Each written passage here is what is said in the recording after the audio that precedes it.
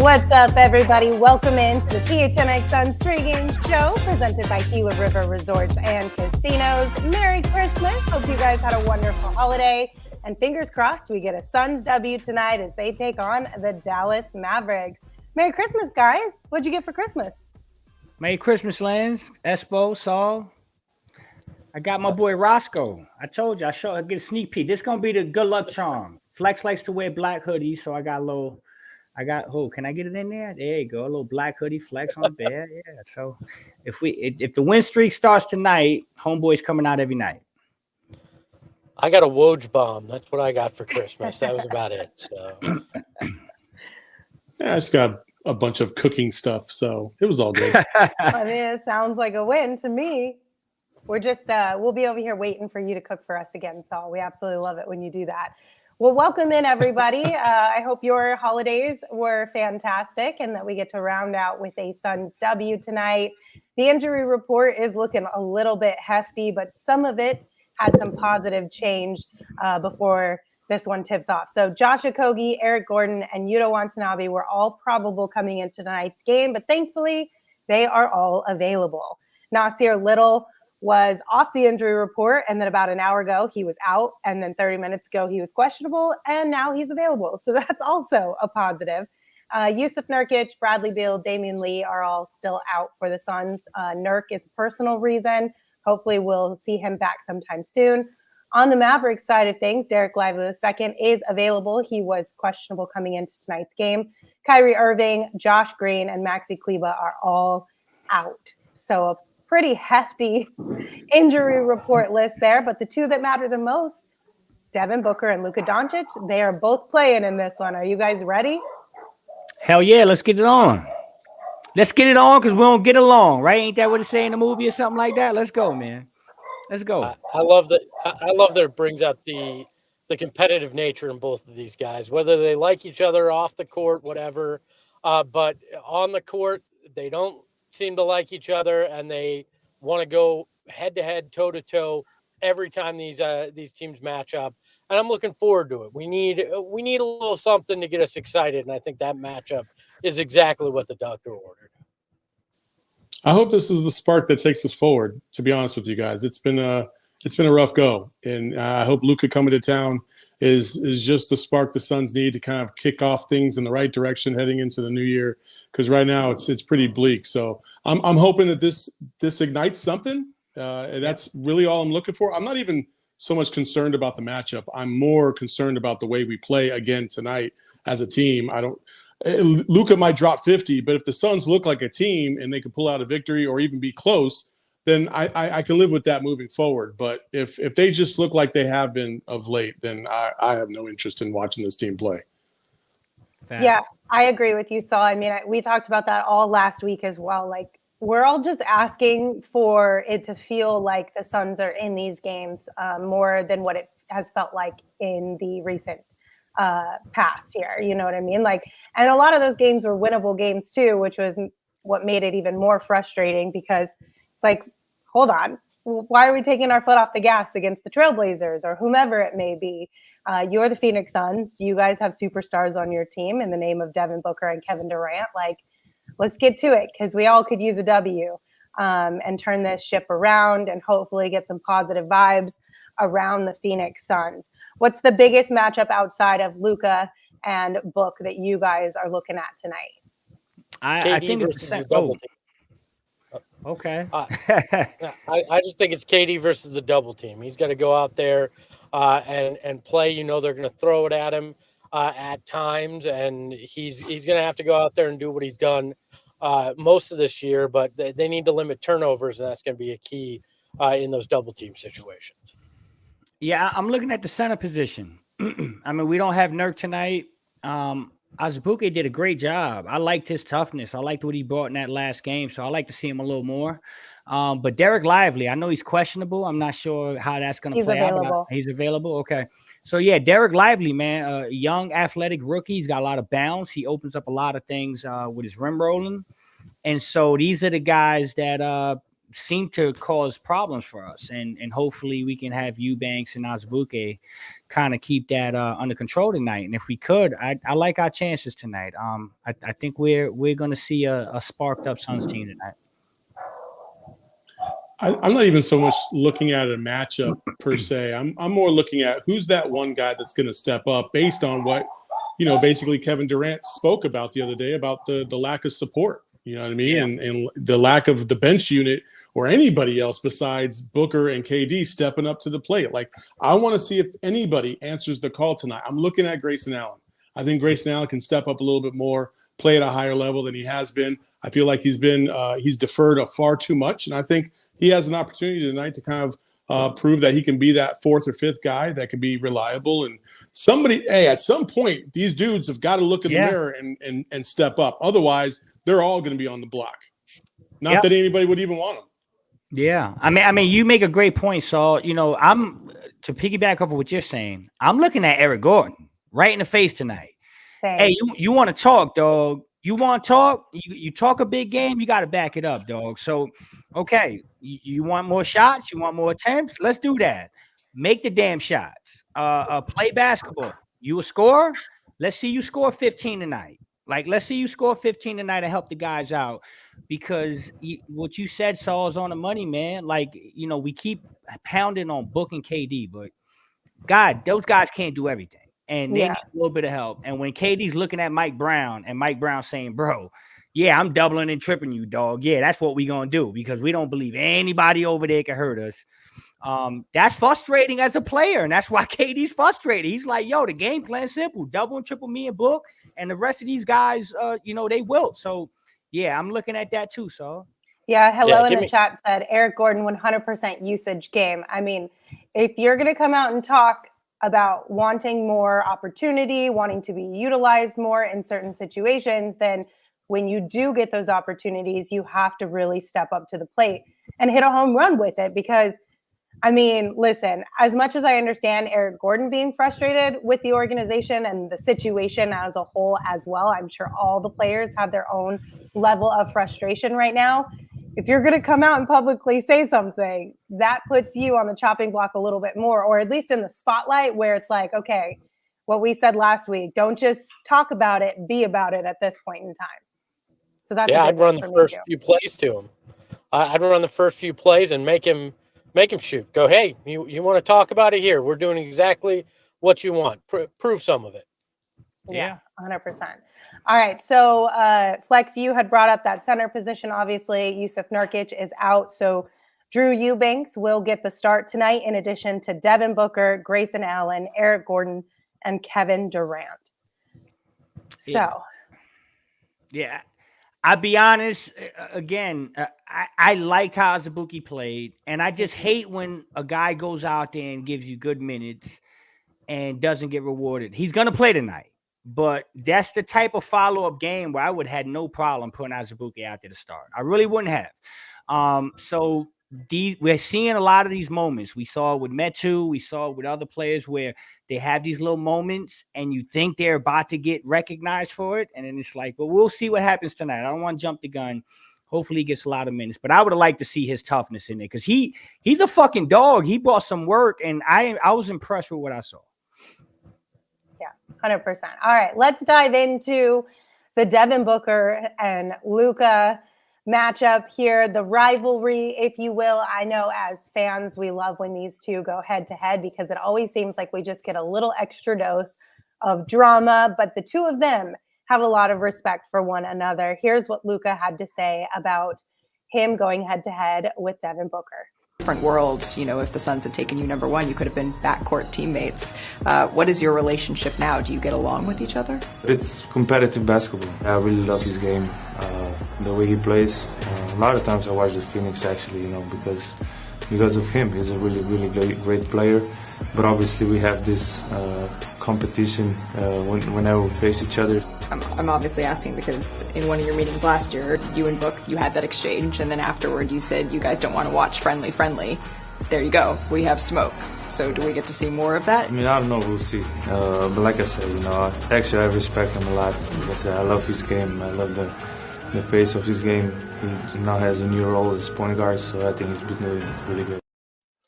So not entirely friendly, but there is respect there, of course, for the level of athlete that Devin Booker is. And I'm not mad at this. Like, I don't need them to be buddies. I love that they respect one another, but I also love that they're not so friendly that we do get a little bit of that drama, a little bit more heat when these two do face off, especially on a big stage like a Christmas Day game.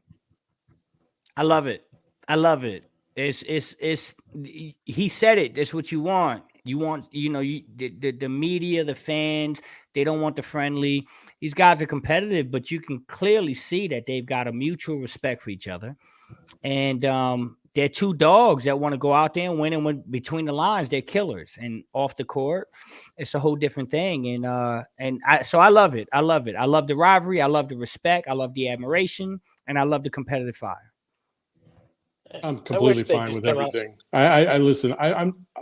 Go ahead, Espo. No, go ahead, Saul. No, I just listen. These days of just everybody being friendly because we all played AAU together, or we were all playing in the same pickup circuits. Man, fuck all that. Like, I don't give a shit. I don't care if Luka likes Booker. I could give two shits less. I don't care.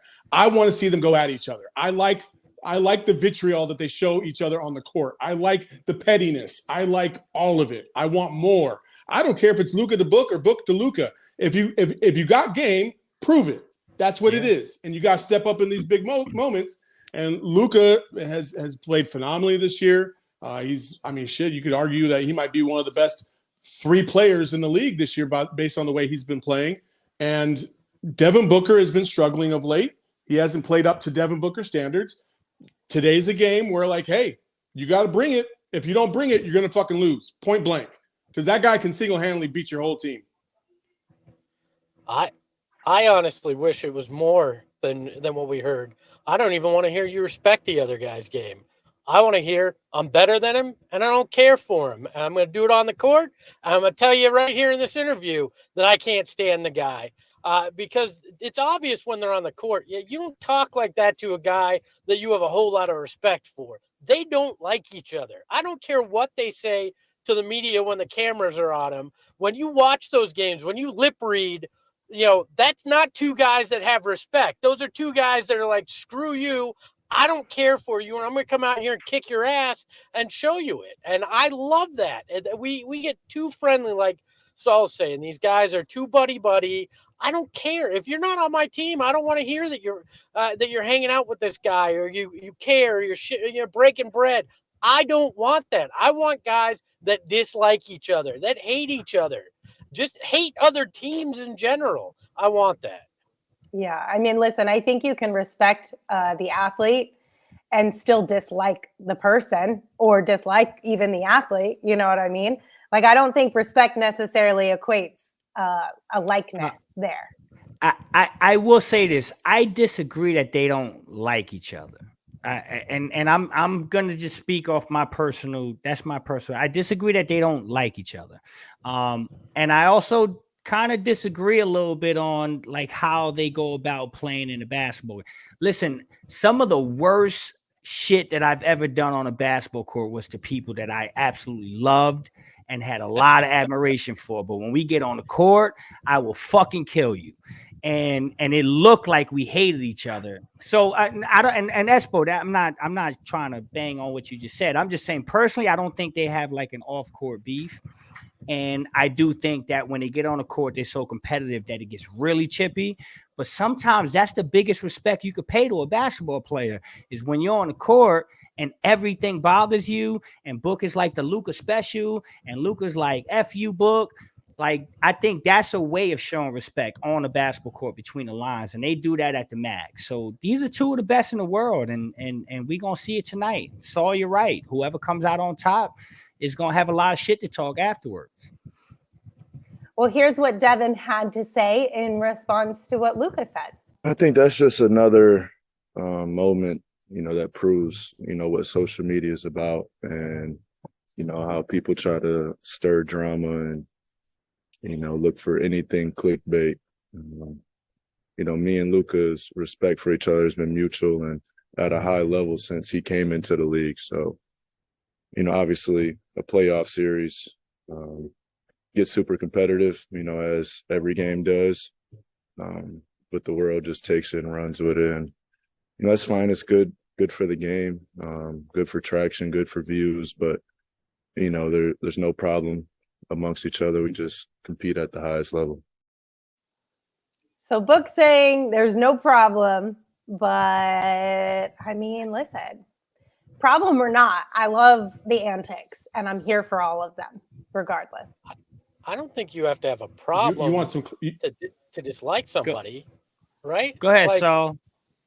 I'm so no. Go ahead. I'm no, sorry. I don't think you have to have a problem to dislike somebody. But what we want to talk about clickbaity stuff. Like, okay, all I heard was we should have drafted Luka. That's all I heard. So.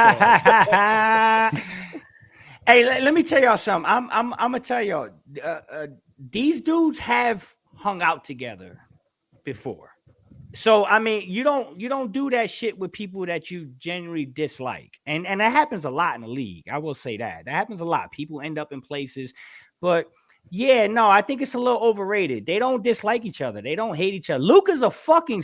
I'll tell y'all another thing. Luka is a very nice person off the court. Very nice. I mean, Luka is a sweetheart of a man off the court. On the court, he's a damn killer. You wouldn't even recognize that dude. But everything I've heard from people that have been around Luka's a really cool dude off the court, and he's just an animal on the court. And you got to be able to separate the two. You got to be able to separate sitting in a hookah lounge and smoking hookah with him and drinking a beer and thinking anything cool, and then him coming down to your court and busting your ass and dropping 50. Michael Jordan did that a lot. Michael Jordan used to take you out for a drink, give you a hug, tell him he loved you, and then drop 50 on you and tell you to go fuck yourself. So Luka's got some of that. Jordan plays mind games. That wasn't Jordan liking these guys. That was Jordan going, I'm going to get you so damn drunk, you're going to be hung over tomorrow, and I'm going to bust your ass, right? Yeah, that wasn't him being, let's break bread, let's be buddies. No, I'm going to get the upper hand on you because I know my liver's stronger than yours. That was Mike in a nutshell. Like, and you say, hey, people don't, hang out with people that they don't like. I don't know about you, but I've been in that situation a lot in my life. Yeah. Like, sometimes you just got to do it, right? You might be right. You might be right. Can we talk about Book's hoodie?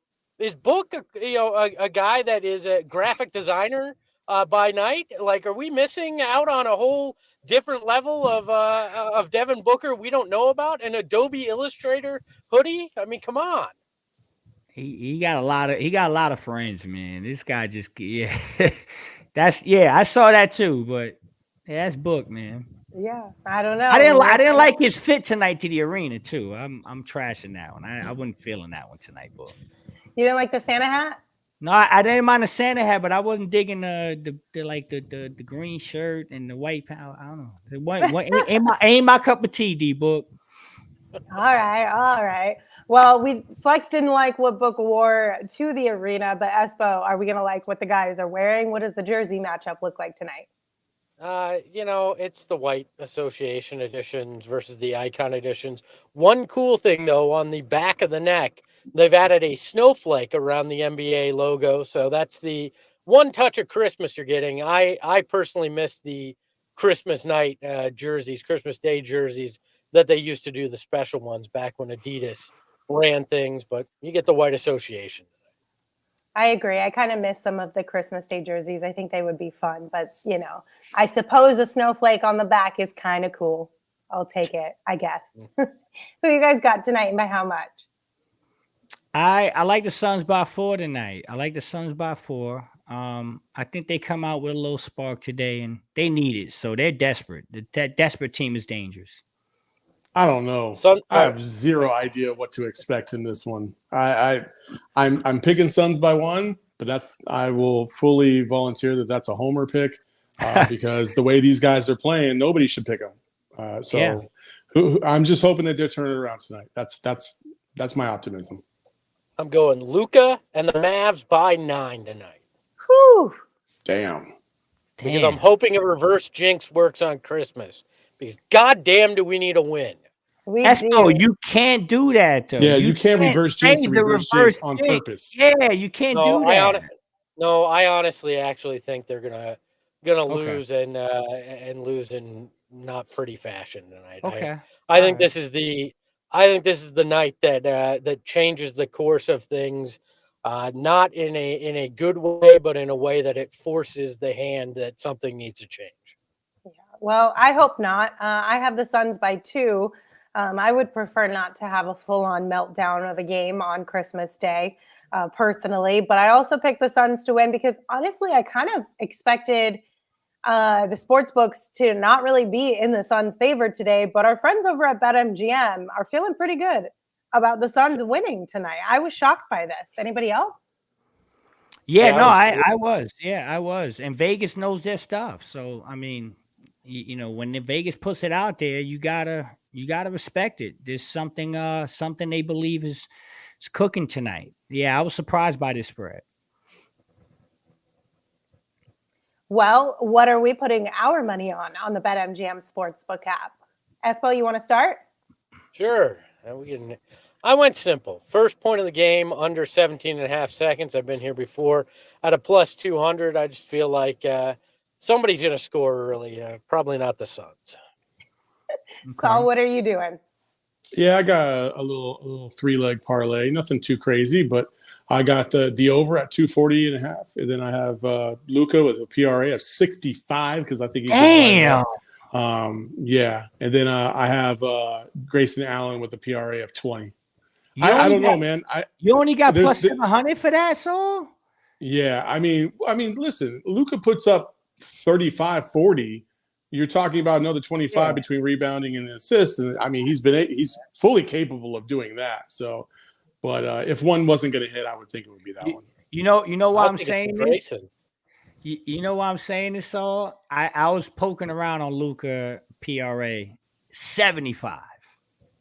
And it was a plus 3,500 if I did that. So no, I'm with you. It's possible, man. But that's a big number. Me and you gonna be at odds tonight because you took the under. You took the over. I took the under. Mm-hmm. So yeah. So I got booked to get 5 dimes tonight. We talked about it just a few minutes ago. Eric Gordon, I'm looking at you, buddy. You want to run your mouth? Get flex 15 points tonight, baby. He got that's what I'm looking at. Eric Gordon 15, Suns to win. I think they can go under that 242.5, 80 to score 25, book to score 20 at a plus 1100. So if I get this one tonight, I'm on y'all tail.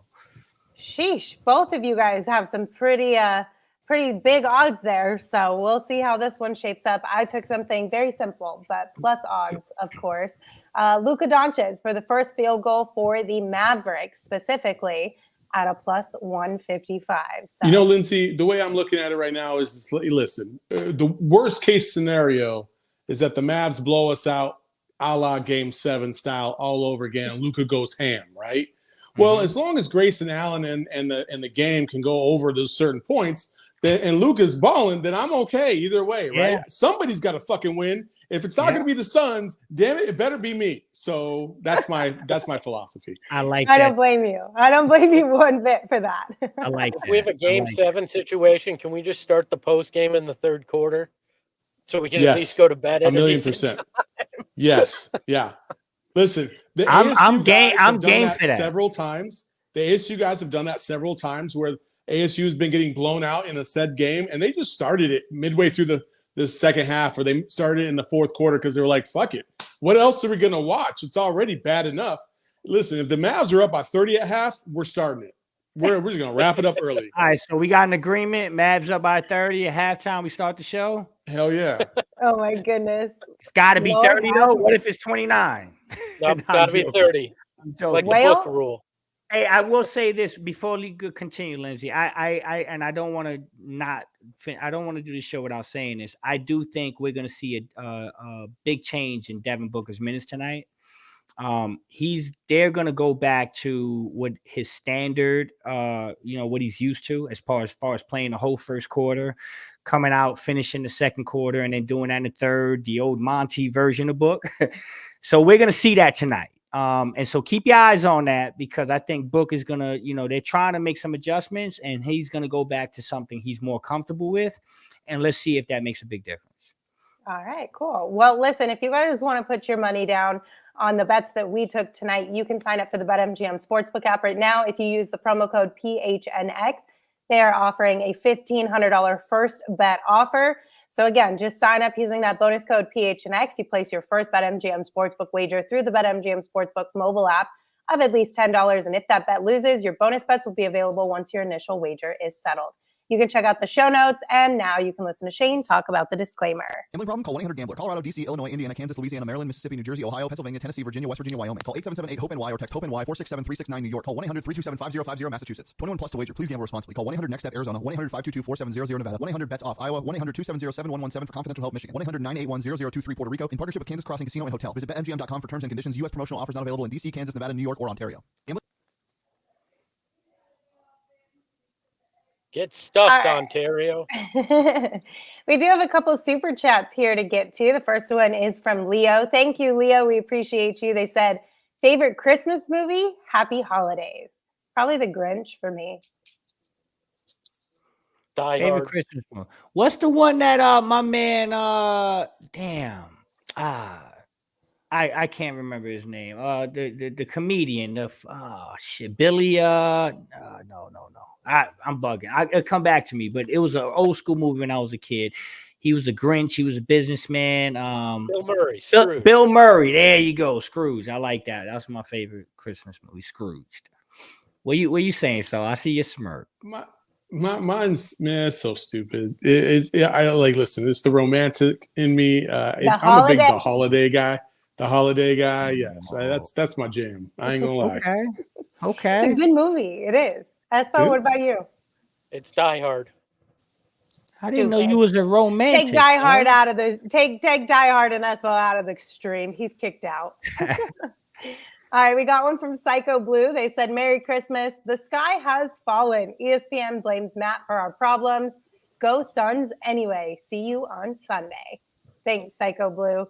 ESPN will blame anybody and everybody. I got a whole spiel about that I want to talk about in the post game, because I think this is, you talk about just Monday morning quarterbacking based off of shit that you probably wanted in the first place. Like, get the fuck out of here. I'm so sick of it. I am so sick of everybody bitching and complaining about the moves that we made, even though the previous 10 decades, they wish we would have made moves. Anything, any movement to help Devin Booker. We can't lose Devin Booker. We can't do this. And then they do it, and everybody's like, oh, we shouldn't have done it. Man, we're going to talk about that in the post. Hey, Saul, please, I'm with you. I want to have that conversation because I'm sick of it too. It's total bullshit to me. Well, and the idea that they gave up depth. I hate that. Chris Paul and Landry Shamet weren't depth.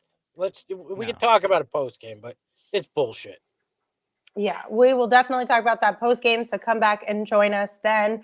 Andrew sent us one. Thank you, Andrew. They said, Merry Christmas, everybody. God bless you, win or lose. Hope Beal gets healthy for the playoffs and maybe sign LaMelo Ball in the future for a backup point guard. Sheesh. Hey, that's wishful thinking.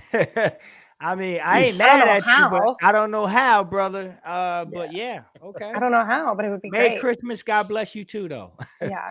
Big Vernon sent us one as well. They said, EG is a cone on offense. Never seen him backdoor cut. EG got a lot to live up to now. Great point. He got a lot to live up to. That's a hell of a point. Hey, if you want to wear the crown, it comes with thorns. You better be ready. Right. Yep, absolutely. I just want him to shoot the damn three. I don't need to see him backdoor cut. I want to see him shoot the three.